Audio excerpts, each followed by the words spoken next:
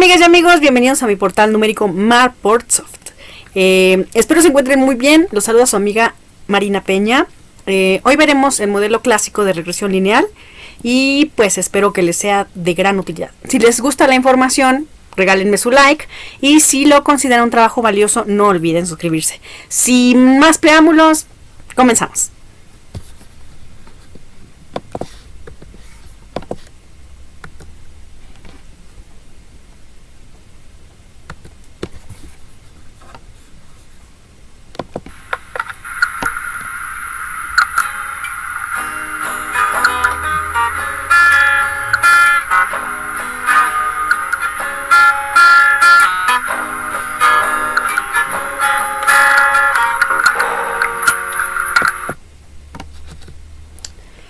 Bueno, el modelo de regresión lineal simple no es otra cosa más que un modelo económico, pero también puede ser relacionado con un modelo matemático, en donde una variable independiente explica a una variable dependiente.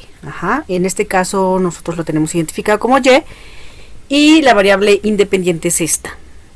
El modelo consiste en que esta variable explique a esta variable con un término de origen o un parámetro de origen que no es otra cosa más que el punto de origen de la recta y también incluye un término de perturbación estocástica. Estos acentos circunflejos que ustedes ven en las betas no es otra cosa más que la interpretación de que son estimaciones. ¿Eso qué quiere decir? Que nosotros cuando estamos trabajando con datos estadísticos, en ocasiones no podemos considerar toda la población porque no se tienen los datos o porque no se realizan ciertas encuestas todo el año o cada año. En algunos casos son cada 5 años, en otros casos son cada 10 años, como por ejemplo la ENIC. Ahí en esos casos depende de la importancia que haya tenido el año o la encuesta. Si estás haciendo uno de pobreza y es importante para el momento económico, el momento político, entonces se realiza la encuesta. O por ejemplo los censos de población, que son generalmente cada 5 años, o los censos económicos también son cada 5 años. En ese caso sí son muestras, sí son datos poblacionales. Cuando trabajamos, por ejemplo, la encuesta de origen destino del transporte, ese tipo de encuestas generalmente solo son paulatinas o son parciales.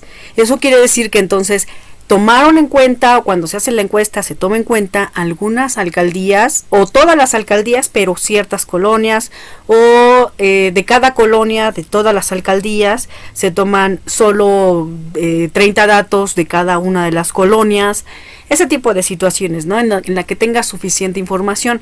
La parte de los 30 datos es que estadísticamente se dice que el mínimo de datos que se puede realizar en un modelo económico o en un modelo econométrico es de 30 datos para que sea representativa. Sin embargo, no es muy importante que no se deje de lado los teoremas de límite central, el teorema de grandes números o la ley de grandes números más bien, y el teorema de el teorema del límite central, que básicamente, de convergencia en probabilidad también, porque lo que se está buscando es que entre más datos se tenga, más se acerca a la población la información. O sea, yo tengo un puñito de personas y de ese puñito yo quiero extraer una partecita. Entonces esa partecita tiene que ser lo suficientemente representativa para que yo diga que esa variable o que ese modelo está funcionando. Bueno, el modelo de regresión lineal en sí puede definirse como se tiene aquí, que es la relación entre una variable dependiente y una independiente, que es lo que ya mencionamos. Se interpreta como por cada unidad que se incremente la variable independiente. Aquí es importante que se note la parte de incremento, porque la variable independiente, es la que siempre irá a la alza, o sea, siempre estamos considerando que va a incrementar esa variable, la variable independiente. O sea, la variable de la derecha tiene que aumentar una unidad para que nos diga qué está pasando con la variable dependiente del lado izquierdo. Y va a aumentar o disminuir según sea el signo. En tantas unidades, ¿no? En este caso, la beta nos va a indicar cuál es el parámetro de aumento o disminución de la variable dependiente. En este caso pueden ser unidades en pesos, miles de pesos, por ciento, personas, puntos, etcétera. Ahora, la parte aquí del acento circunflejo es lo que les mencionaba, que tiene que ser, que se identifica como una estimación. Cuando tienes datos, cuando es solo una muestra de la población, ¿sí? Tienen que ser 30 datos. ¿Y por qué tienen que ser 30 datos? Bueno, básicamente aquí lo que tenemos es una muestra de mínimo 30 datos, y aquí estamos suponiendo que, por ejemplo, es toda la Ciudad de México, ¿no? Entonces el análisis es sobre toda la Ciudad de México, y entonces aquí lo que podemos ver es que necesitamos mínimo 30 datos. A lo mejor aquí no se ven 30 datos, pero estamos suponiendo que cada una de estas caritas, si se fijan, son 3, 6, 9, 12, 15, ¿no? Entonces, supongamos que le ponemos otra carita y estamos suponiendo que estamos tomando en cuenta todas las delegaciones. Entonces, todas las delegaciones se tomaron por lo menos 30 casas de cada alcaldía, o por lo menos 30 casas de cada colonia de cada alcaldía, ¿sí? Entonces, para que la muestra sea significativa, se tiene que considerar todo el universo completo estadístico, ¿no? Si solamente si lo que estás midiendo es la pobreza, por ejemplo, la variable, por ejemplo, la variable dependiente sería en este caso, por ejemplo, bienestar. Entonces, si estamos viendo el nivel de ingreso y solamente nos vamos hacia 2 colonias populares, dos alcaldías que contienen la mayoría colonias populares, entonces no estaríamos viendo qué está pasando con las colonias que tienen niveles socioeconómicos más altos o medios altos.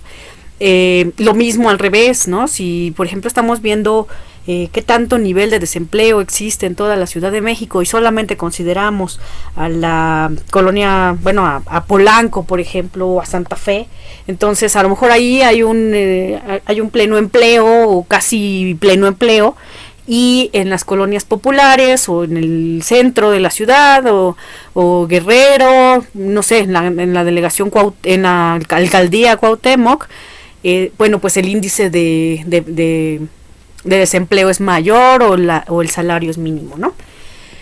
Entonces básicamente por ahí va el asunto. En el momento que aparece en la que solamente es una muestra, entonces aparece nuestro acento circunflejo.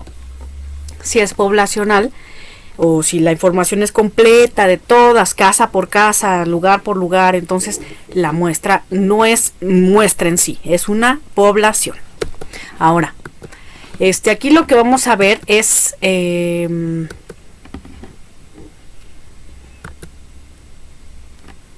parte de ese modelo de regresión lineal lo tenemos como una recta general, ¿no?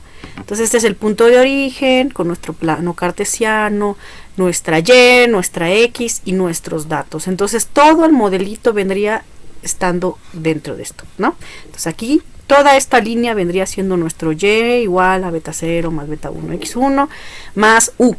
En este caso puse también beta 2 o X2 porque, esto es un modelo de regresión lineal simple, pero los modelos de regresión lineal múltiple pueden incluir 2 o más variables como variables dependientes. Perdón, independientes del modelo para explicar esta variable, ¿no? Ahora bien, el modelo de regresión lineal simple generalmente se resuelve por métodos de mínimos cuadrados ordinarios. ¿Qué es lo que pasa cuando vamos a realizar este tipo de modelos? Utilizamos una fórmula, que es la que se está viendo en sus pantallas en este momento. Beta 1 se identifica como la sumatoria de XY menos la media. Acuérdense que Y barra, X barra son las medias del modelo, las medias muestrales del modelo, lo cual no es más que una sumatoria de datos dividido entre el número de datos, multiplicado por la sumatoria de x, dividido entre la sumatoria de x cuadrada menos la media de x, multiplicado por la sumatoria de x. Una vez que se tiene toda la beta 1, entonces procedemos a calcular nuestra beta 0, que en este caso va a ser la media de y menos la beta 1 de la media de x. Ahora bien, ¿qué es el método de mínimos cuadrados ordinarios en sí? ¿Por qué es por este medio? Bueno, es uno de los métodos que hay, ¿no? O sea, pueden ser, hay diversos que vamos a estar viendo más adelante, pero el método de mínimos cuadrados ordinarios consiste en reducir la suma de errores al cuadrado de la ecuación de regresión lineal. El término de perturbación tiene que ser o lo más cercano a 0, debe tender o ser igual a 0. Lo que estamos tratando es de identificar si la variable dependiente, al usar todas las beta 0 y beta 1 que ya calculamos, nuestra y menos nuestra y estimada se asemeja al 0, bueno, se tiende a 0. ¿Por qué? Porque estamos suponiendo que la variable que tenemos, que explica directamente al modelo, es suficiente para explicar a esa y. Si no fuese 0 o porque existe algún problema, probablemente es que nos está faltando alguna variable o nos está faltando una buena especificación del modelo. Por lo tanto, si no se tiene eso, entonces sería, pues nuestro modelo no estaría bien especificado, ¿no? Y bueno, es importante que al final de cada regresión en mínimos cuadrados, bueno, en general en todas, se realice la gráfica para conocer la tendencia y el comportamiento del modelo. Ajá. Ahora, el término de perturbación es ¿no? Entonces lo que estamos buscando es que este valor sea lo más cercano a 0. Ahora, como ejemplo podemos tener el de la base de, bueno, tenemos nuestra base de datos, esto es el dato que yo consigo, pero generalmente busco que tengamos datos duros, o sea, datos reales, los datos que sí estén dentro de las estadísticas nacionales de donde ustedes quieran. En este caso yo me voy a tratar de enfocar generalmente en México, pero eventualmente estaremos viendo algunos ejemplos en comparación, sobre todo cuando veamos más adelante datos panel y datos de corte transversal, que bueno, podríamos estar utilizando bases de datos con otros países. En este caso, bueno, esta es una base de datos que muy simple, creada así al azar, lo cual podría generar cierto ruido solo para que se vea que, bueno, más o menos cómo funciona el método de mínimos cuadrados, pero bueno, al final son datos inventados, datos que están ahí, solo para tener la muestra en un representativa de unos 10 datitos, lo cual en este momento, si nosotros dijéramos que esta es nuestra base de datos, pues no sirve, no es suficiente o no es suficientemente buena para realizar un buen análisis. Ahora, el método de mínimos cuadrados ordinarios de una variable se realiza así. Tenemos esta base de datos que es la misma que teníamos acá atrás. Entonces aquí calculamos los datos de xy y x cuadrada.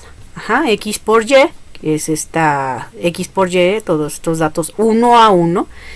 Y x cuadrada, ¿no? X cuadrada, 2 por 2, 4, 2 por 2, 4, 3 por 3, 9, 4 por 2, 4 por 4, 16, 5 por 5, 25 y así, ¿no? 9 por 9, 81. Entonces, ya que tengamos todos estos datos, sacamos la sumatoria de y, sumatoria de x1, la sumatoria de x por y la sumatoria de x cuadrada.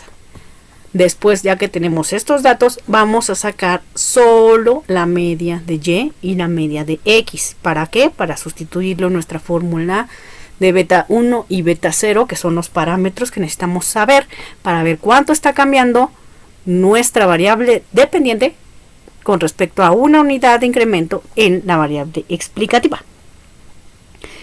Bien, ahora nos vamos para acá, calculamos nuestra beta 1, aquí lo hice muy por pasos, para que no quede duda, ¿no? Lo idóneo es que cuando realices este ejercicio le puedes pausar, lo puedes adelantar o retrasar, pero cuando realices este ejercicio trata de hacerlo a mano primero y luego trata de hacerlo en Excel, así también como forma.